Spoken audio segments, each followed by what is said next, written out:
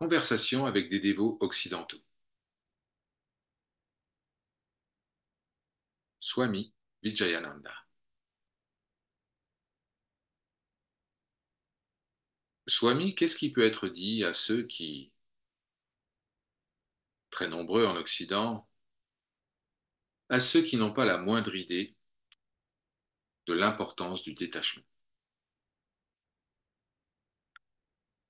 À leur propre niveau, les gens dans le monde ont raison lorsqu'ils disent que la religion est pleine de bêtises, parce qu'ils ne ressentent rien lorsqu'ils méditent.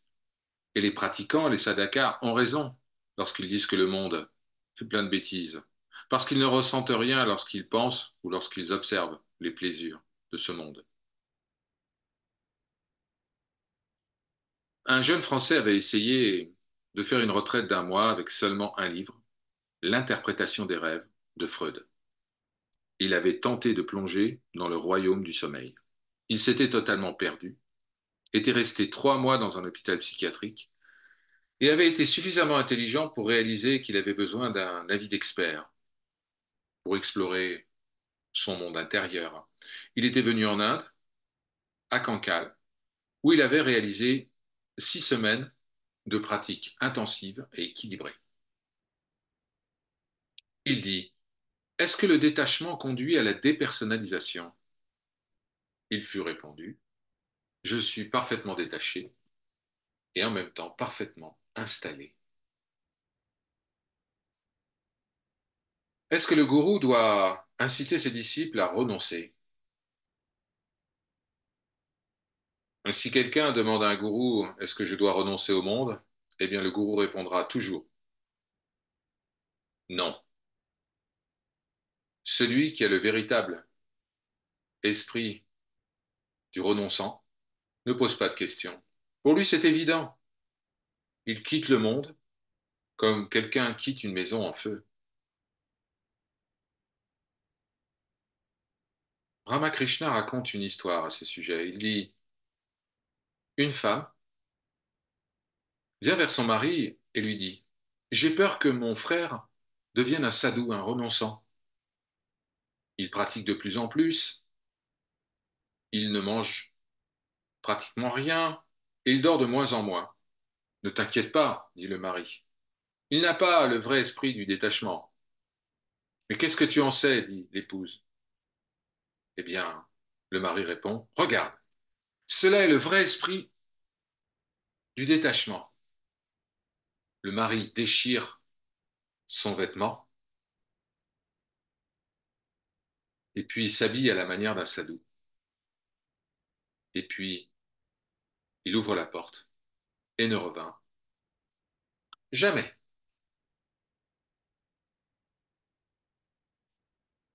Swami, est-ce que vous pensez qu'au moment de la mort, une pratique spéciale, une concentration est nécessaire? Ou alors est-ce qu'il est préférable d'être totalement détaché?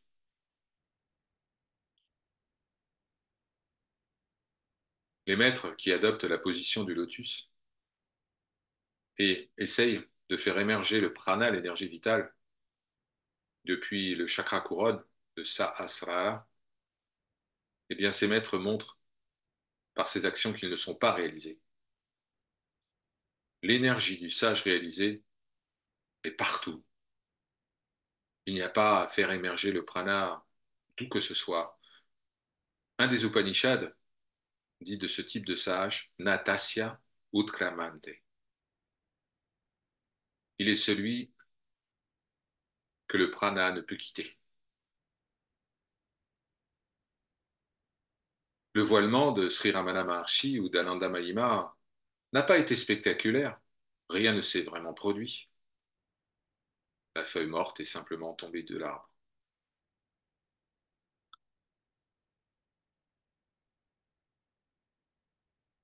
Swami, est-ce qu'il est possible d'atteindre la réalisation en servant l'humanité? Non. Nous pouvons purifier notre esprit, nous pouvons obtenir du bon karma, nous pouvons demeurer pendant un temps au paradis, mais nous devrons revenir. Le sage est totalement libre. Il peut renaître par pure compassion, par jeu, ou il peut ne pas renaître parce qu'il est fatigué du monde. Et je pense que c'était le cas de Ma. La compassion d'un connaissant du soi, d'un Gyani est parfaite, spontanée, alors que celle d'un bodhisattva est le résultat d'un vœu, d'une volonté, et cela crée du karma. Une jeune femme n'était pas sûre de vouloir commencer une pratique pour se détacher. Swami Vijayananda lui dit, vous devez réfléchir, faire preuve de fermeté dans votre résolution et harmoniser l'intellect et le cœur. Alors une intensité authentique apparaîtra. Et ce qui était une boule de neige au début deviendra une avalanche. Lorsque vous commencez à travailler sérieusement sur vous-même, la puissance qui connaît le chemin vient vous aider. Lorsque j'étais en France, j'avais déjà suffisamment d'intensité pour pleurer en entendant le mot gourou. Madame Blavatsky dit, dans La voix du silence, c'est l'audace du cœur qui éclaire la voie. Swami, est-ce qu'il est indispensable de quitter le monde pour obtenir la réalisation? Il y a deux points de vue.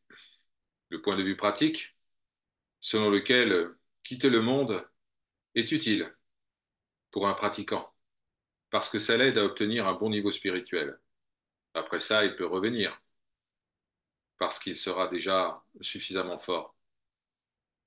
Il y a des écoles de pensée en Inde, comme le Theravada, le Vijnanavada, et puis quelques écoles tardives du Vedanta, qui disent que le monde est totalement irréel.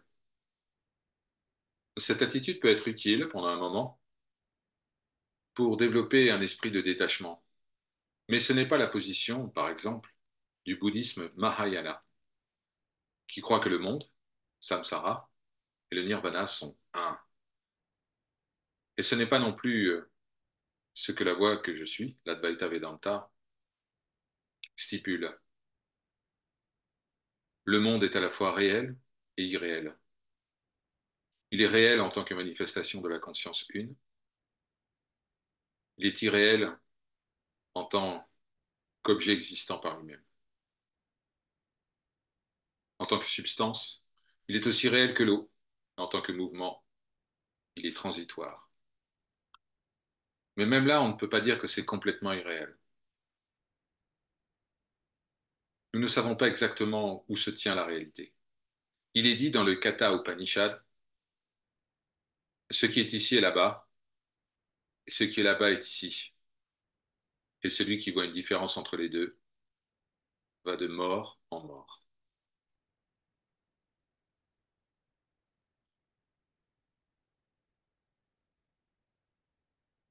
N'y a-t-il pas une touche de sentimentalisme chez ceux qui disent je veux sauver le monde, même si cela apparaît tout à fait positif d'un point de vue social? Le Gyani est au-delà de ça. Ma n'a jamais dit qu'elle voulait sauver le monde, mais en même temps, elle a aidé un grand nombre de personnes. La compassion authentique et spontanée, elle n'est pas dans les mots, mais en action. Swami Vijayananda, pendant 40 ans, vous avez vu des Occidentaux venir en Inde dans le cadre de leur quête spirituelle. À votre avis, quel est le principal obstacle sur la voie pour eux? Ils ne comprennent pas l'utilité du détachement. Ça me fait penser à l'histoire du singe, dans une fameuse légende. Il y avait un piège qui avait été préparé pour le singe. Alors c'est une cage dont les barres sont suffisamment espacées pour que le singe puisse y glisser sa main et puisse, par exemple, attraper une banane. Mais lorsqu'il veut retirer sa main de la cage, et comme il ne veut pas relâcher la banane, il est prisonnier. Alors, Le chasseur de singes peut prendre son temps pour arriver. Le singe, qui attend une gratification instantanée, se laisse attraper par le chasseur et il pense, eh bien, même si je perds ma liberté, eh bien, je garderai la banane. À ce moment-là, le chasseur frappe le coude du singe avec un bâton et le singe doit relâcher sa prise. En conséquence, il a perdu la liberté et la banane. Swami, à votre avis, quelle est la différence principale entre l'Est et l'Ouest en ce qui concerne l'approche de l'absolu? Eh bien, tout d'abord, il y a ce concept de dualité entre Dieu et sa créature. C'est fondamental en Occident. Et c'est très atténué en Orient. Par exemple, chaque hindou sait que Dieu est en lui et que Dieu n'est pas différent de son âme intérieure. Alors qu'en Occident, les gens ont été influencés par la philosophie grecque et ils pensent qu'ils peuvent atteindre l'absolu en discutant, en argumentant. En Inde, la discussion, l'argumentation, c'est secondaire. Il est su que certains sages se sont rappelés de leur véritable nature et qu'il y a des moyens pour obtenir cela. Et c'est tout. Le yoga, c'est une science. Si on répète la même expérience dans les mêmes circonstances, eh bien, on obtiendra le même résultat. Nous avons déjà dit auparavant qu'une des raisons de l'absence relative de sages en Occident, c'est que les Occidentaux n'ont pas la capacité à faire spontanément confiance. Cette confiance spontanée qui permet l'éclosion, l'épanouissement. C'est pour cela que Jésus, par exemple, n'a pas pu réaliser de miracle à Nazareth. Les gens ne le voyaient pas comme un sage ou comme un avatar, ils voyaient simplement un homme ordinaire, leur voisin, le fils d'un tel ou d'une telle.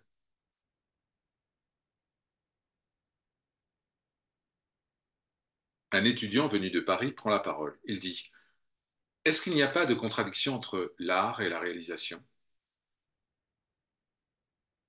Non, ce sont simplement des étapes différentes. La beauté est un attribut du divin. La recherche de la beauté peut conduire à la réalisation. Lorsqu'un génie est inspiré, il est inspiré par la réalité. Je parle d'un génie, je ne parle pas d'un artiste ordinaire. Swami, les enseignants spirituels qui ne sont pas réalisés pensent qu'ils rendent service aux autres en les guidant. C'est vrai? En Occident, il est vrai que, et c'est bien différent de l'Inde, il est vrai que beaucoup d'enseignants pensent cela.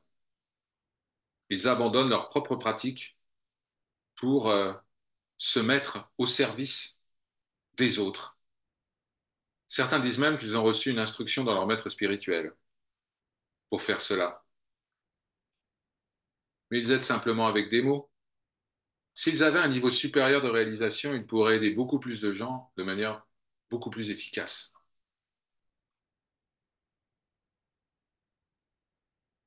Swami, est-ce que l'objectivité est possible dans les relations humaines? Mon premier maître en France, qui était un psychiatre, eh bien, exprimait une vérité védantique à sa manière. Il disait, tout le monde hallucine dans son petit coin. En ce sens, le monde peut être vu comme un asile de fous, un grand asile de fous.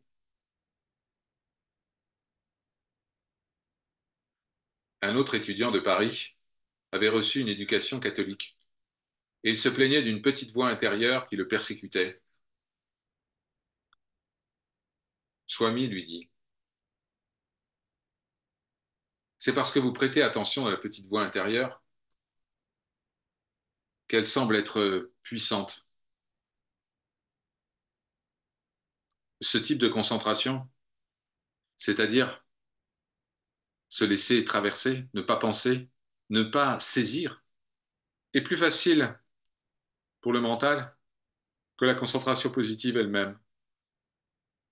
Vous connaissez l'histoire de l'amoureux qui va voir un enchanteur en demandant un sort pour pouvoir récupérer sa bien-aimée. Et l'enchanteur lui dit, récitez cette formule, mais surtout, ne pensez pas à l'image d'un singe quand vous répétez la formule. Inutile de vous dire que le simple fait de ne pas essayer de penser à un singe faisait apparaître immédiatement l'animal dans le champ de conscience. Le mieux, c'est de rester indifférent, de ne pas prêter d'attention à cette négativité. Si vous ne parvenez pas à cela, eh bien, vous pouvez répéter une formule qui vous est chère. Par exemple, je vous salue Marie. Swami, comment se débarrasser de la négativité? Pensez que vous êtes le soi immuable. Non, mais pratiquement, vous devez répéter, répéter, répéter encore. Est-ce que c'est de l'auto-persuasion? Oui, d'une certaine manière. Mais comme c'est quelque chose de vrai, de réel, dans ce cas, l'auto-persuasion est tout à fait justifiée. N'est-il pas étrange que le soi, qui est ce qui est de plus proche, est aussi le plus difficile à observer? Le soi est ce qui observe. Observer son propre œil est difficile. En parlant de cela, il y a cette histoire fameuse des 10 personnes qui traversent une rivière. Ils veulent savoir s'ils ont tous survécu à l'épreuve, mais à chaque fois qu'ils se comptent, ils n'arrivent qu'au nombre 9, jusqu'à ce qu'un passant arrive et leur dise, eh bien, vous avez oublié de vous compter vous-même.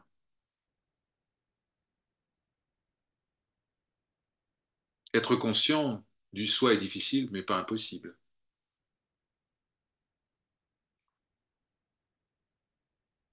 Swami, quelle est la signification de la souffrance? Cela vous réveille. Les personnes les plus difficiles à éveiller sont celles qui font semblant d'être heureuses, ou qui disent qu'elles sont heureuses. Nous voyons cela avec, par exemple, des couples qui prétendent être heureux en société, mais en réalité, dans le secret de leur foyer, ne sont pas si heureux. Ils ne peuvent rien faire, ils ne peuvent rien faire que tolérer constamment les défauts de l'autre et se résigner.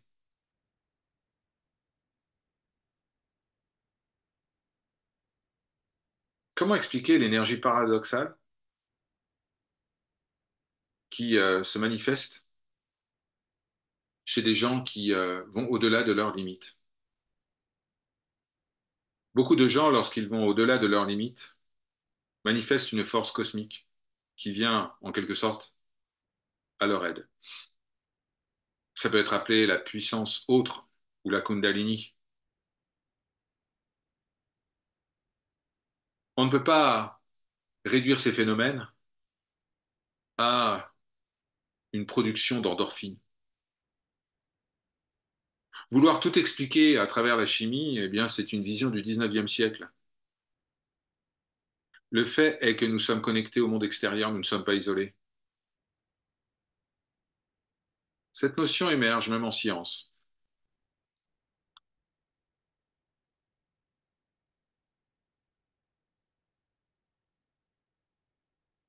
Un psychothérapeute californien qui avait des tendances mystiques prononcées et qui en même temps avait du mal à rester équilibré, se lève et dit, je crois que je deviens fou. Swami lui dit, soyez un fou de Dieu, j'ai envie de pleurer. Les larmes sont des perles. Pleurer pour Dieu, cela purifie. C'est comme si j'étais une femme enceinte. Soyez enceinte de l'enfant du Seigneur. C'est comme si je diminuais de taille. Bientôt rien ne restera de moi. Oh, c'est très bien. Lorsque rien ne restera, vous verrez Dieu.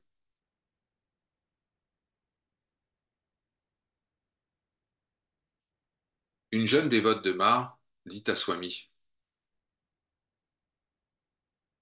est-ce que les plaies du passé sont le plus grand obstacle à la pratique?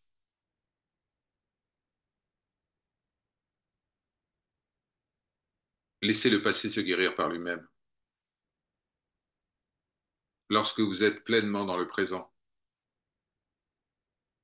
90% de la pratique est accomplie avec succès.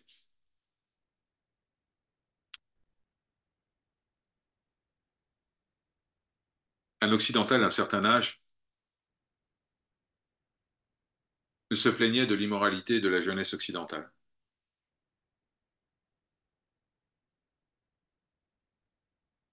Soit midi. Dans les écritures hindoues, il est dit que durant le Kali Yuga, les gens meurent de plus en plus jeunes. Mais en ce moment, les gens vivent de plus en plus vieux. Cela veut dire que nous sommes revenus au Satya Yuga.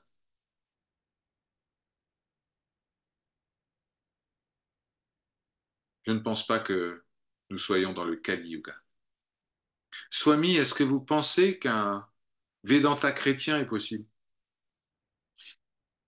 Un Vedanta chrétien est une forme d'impossibilité parce que le christianisme est dualiste et le Vedanta est non duel. Cependant, Ramana Maharshi avait raison lorsqu'il conseillait aux chrétiens de méditer directement sur je suis ce que je suis. La définition de Dieu par lui-même est pure Vedanta. Le mot Yahweh, hébreu, contient à la fois le passé, le présent et le futur. D'un autre point de vue, le système occidental a certains avantages. Absolument dualiste pour le commun des mortels et très non-duel pour les mystiques. De toute façon, un mystique qui se souvient de sa véritable nature, quelle que soit la voie empruntée, ne pourra pas vraiment parler. Le Vedanta n'est pas une description de la réalité, c'est un chemin.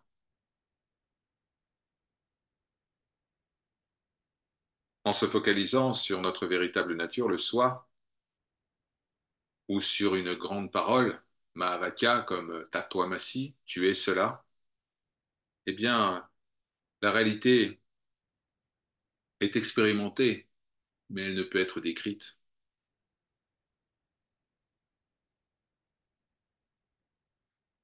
Swami, est-ce qu'on trouve parmi les saints et les sages de la Bible certains qui vont au-delà du corps, comme on peut le voir chez certains yogis? Absolument. Par exemple, il y a la mort de Rabbi Akiba. Rabbi Akiba a été capturé par les Romains. Il a été condamné à mort. La punition consiste à arracher des lambeaux de chair avec un grand peigne de fer. Pendant cette torture, les disciples lui demandent, mais comment pouvez-vous rester aussi stoïque? Vous avez fait tellement de bien dans votre vie. N'avez-vous pas de ressentiment vis-à-vis du Seigneur qui vous a abandonné? Le rabbi répondit, en prononçant le schéma Israël, la prière quotidienne. Il dit, aujourd'hui est le plus beau jour de ma vie. Je savais que j'aimais le Seigneur de tout mon cœur.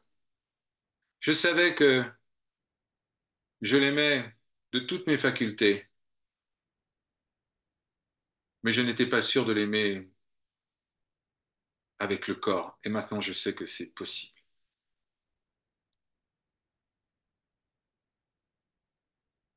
Swami, qu'est-ce que vous pensez de la relation entre le célibat et la religion en Occident? Mais il y a des grands hommes comme Tolstoï qui recommandaient le célibat. Un jour, on lui a demandé, mais si tout le monde suit votre conseil, la race humaine va s'éteindre. Alors il avait répondu, il y aura toujours suffisamment d'idiots pour avoir des enfants.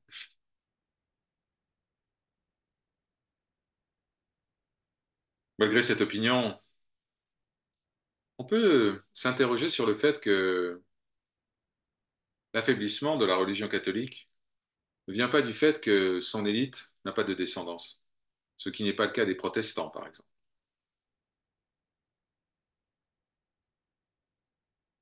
En ce sens, le système brahmanique, qui impose d'abord le mariage avant le renoncement, est peut-être quelque chose de plus sain, mais c'est juste une hypothèse. Ces phénomènes sont difficiles à prouver. Swami, après 45 ans en Inde, est-ce que vous pensez être un hindou? Quand est-ce que les êtres humains vont comprendre qu'il n'y a qu'une seule religion, celle de l'homme? Les différentes religions sont des sectes, et ces sectes créent des guerres. Est-ce que la solution ne serait pas de retourner à une religion naturelle? En tant qu'ermite, vous avez passé 7 ans dans la solitude de l'Himalaya, entouré par la nature, et puis en regardant les neiges éternelles. Qu'est-ce que vous pensez de ça? Eh bien, il n'y a aucune raison d'être attaché à la nature en tant que telle. La beauté de la nature est un reflet de la beauté suprême. Son silence, un écho du silence suprême. Ce qui nous attire dans la nature, c'est comme un effet de miroir. Mais on ne doit pas prendre le reflet pour la réalité. En ce sens, il n'y a pas de raison de revenir au culte de la nature tel qu'il peut être, par exemple, présent dans l'animisme.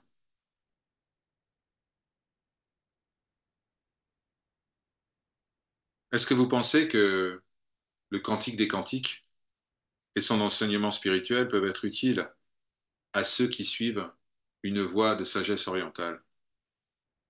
Absolument.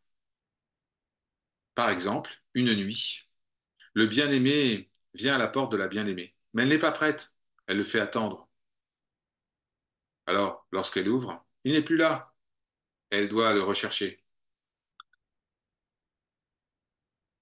Comme beaucoup, j'ai souvent gâché les opportunités que Ma m'offrait. Lorsque la grâce du gourou ou la grâce divine se produit, il ne faut pas la laisser partir. Juste avant cet épisode, le bien-aimé dit, je dors, mais mon cœur est éveillé. C'est une évocation de l'état de méditation. Est-ce que la Bhagavad Gita peut nous aider à comprendre des enseignements spirituels authentiques? Dans le dernier chapitre de la Gita, le chapitre 18, au verset 63, le Seigneur Krishna dit, je t'ai révélé la connaissance, le mystère des mystères. Réfléchis profondément à cela, puis fais ce que tu veux. Krishna est à la fois le gourou et le Seigneur. Il aurait pu dire facilement, obéis-moi, ou sinon je vais t'envoyer en enfer. Mais il laisse la liberté à son disciple et lui dit, fais ce que tu veux. Hari Om Tat Sat. Om Shri Guru Bhyo Namaha. Par sa grâce.